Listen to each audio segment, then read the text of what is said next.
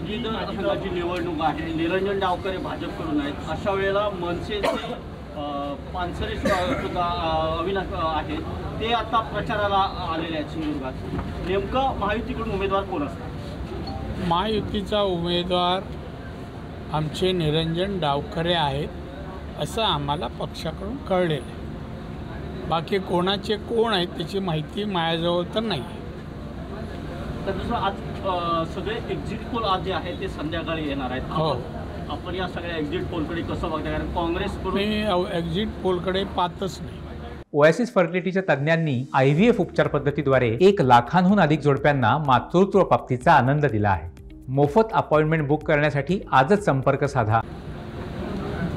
का आमच्याहून काय अंदाज? राजकारणात एवढे 5-50 वर्ष घालवली, आमचा काय अंदाज आहे? आणि आम्ही निवडणूक लढवली आहे, नामदारी नाही, सक्रिय होतो आम्ही. एक्झिट पोलच्या चर्चेत काँग्रेसच्या कुठल्याही नेत्यांनी सहभागी होऊ नये असे काँग्रेसच्या वरिष्ठांकडून आदेश दिले गेले. कारण त्यांना माहिती आहे काँग्रेसची काही सत्ता येत नाही, त्यामुळे सहभागी होत नाही. राहुल गांधीच्या निवडणुकीमध्ये भाषणं बघा, काँग्रेस सत्ता पे आएगी, 1 लाख रुपये हर महिला को देंगे. एवढ्या वर्षात सत्ता होती त्यांची 60-65 वर्ष, तेव्हा दिलं नाही, अब देंगे. आणि आता तर त्यांना कळून चुकलं आहे की ते जवळपास पण नाही. तर तुम्ही मगाशी असं म्हटलात की महायुतीच्या सर्व घटक पक्षांनी सलोख्याने राहिलं पाहिजे.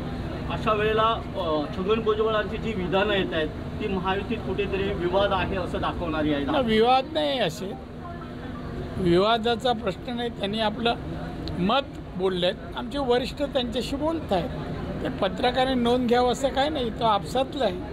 नाही, जितेंद्र आव्हाडांना त्यांनी पाठीशी घातलं. त्याचबरोबर काल त्यांनी केंद्र सरकारवर असं म्हटलं की कांद्याच्या विषयात महाराष्ट्राच्या शेतकऱ्यांवर केंद्र सरकारने अन्याय केला आहे. अहो बाबा, केंद्र या विषयाकडे अतिशय, या शेतकऱ्यांच्या प्रश्नाकडे फार म्हणजे गांभीर्यपूर्वक पाहत आहे. कोणी बोलून का होत नाही आहे. आणि भुजबळांना ते मंत्री आहेत, महायुतीतले मंत्री आहेत, एखादी गोष्ट जनहिताची लोकहिताची असेल तर केंद्राकडे कसं बोलावं, संपर्क कुठं कसा साधावा हे त्यांना माहिती आहे चांगलं.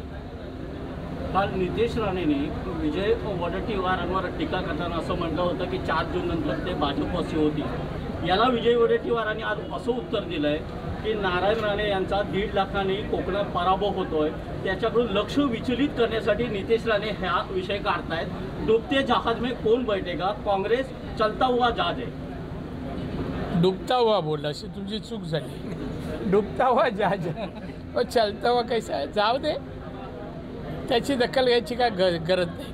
आणि जे मागे ह्याला मी सांगितलं ते पत्रकार कोण होते ना, केसरकर, ते तुम्ही करताय TV9. दुसरं काय नसेल, आमच्या फेवरचं नसेल तर विचारू पण नका. नाही, मी तुम्हाला सांगतो सिरियसली, निवडणुकीत मी फार ऐकलं त्या BJPत आहे म्हणून आपण सांगितलं, आमच्या पालकमंत्र्यांनी सहनशीलताचा प्रत्यय आणून दिला. हे जास्त वेळ मी टिकू शकत नाही, ते माझा स्वभाव नाही. माझा शेवटचा प्रश्न. नाही, अजिबात नाही. नाही नाही, तू विचारून नको. विचारायचं असेल तर आमच्या फेवर असेल तर विचार. उद्या 4 तारखेला निकाल लागणार आहे. अशा वेळेला आपण कॅन्डिडेट आहात, खरंच धाकधूक वाटते की मला धाकधूक माझ्या आयुष्यात मी कशाचीच वाटत नाही, कशाची वाटत. उत्सुकता नाही, उत्सुकता कशाला, मी विजयी होणार आहे. आणि कुठल्याही निवडणुकीत जेव्हा आपण जातो तेव्हा ती मी जिंकणारच असं नाही आहे. पण या निवडणुकीत जे माझ्या कार्यकर्त्यांनी काम केलं आणि ज्या प्रकारे प्रतिसाद लोकांनी दिला आणि भारतीय जनता पक्षाने किंवा RSSच्या कार्यकर्त्यांनी जो योगदान दिलं, मला जर यश 100% आहे. कार्यकर्त्यांनी रॅलीची तयारी केली आहे. हो, गाड्या बिड्या सगळं काही, झेंडे विंडे सगळी तयारी आहे. फक्त पत्रकारांसाठी वेगळी एक गाडी ठेवली. आपले राजकीय अभ्यास म्हणून 48 पैकी किती जागा महाराष्ट्रात होतील? तसं मी अभ्यासक म्हणून असलो तरी मी ना ह्या वेळेला ती आकडेवारी देणं पक्षाला पोषक नाही, महायुतीला नाही. चांगली गोष्ट आहे का आम्ही चांगली लढत दिली, पण आज प्रत्येकाचे वेगवेगळी आकडेवारी आहे. म्हणजे आमच्यामध्ये मतभेद विना दाखवायचे नाही कोणालाही. पण मी काय नो कॉमेंट्स. इंडिया आघाडीकडून असं सांगितलं गेलंय की काय कोणाचा इंडिया आघाडीचा माणूस आहे काय विचारतोय? टीका लागल्यानंतर 48 तासात पंतप्रधानांचं नाव जाहीर करू. अरे होणार नाही ते जाहीर आमचे तर ठरलेले आहेत 48 नाही म्हणजे माननीय मोदी साहेब आमचे पंतप्रधान ठरलेले आहेत, त्यांचे ठरायचे आहेत.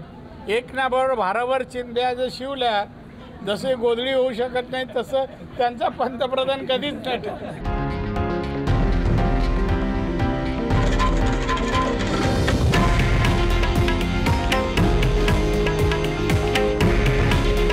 हे आहे देशातील नंबर 1 न्यूज नेटवर्क आणि आपण पाहत आहात TV9 मराठी. काळजी तुमची, हित महाराष्ट्राचं.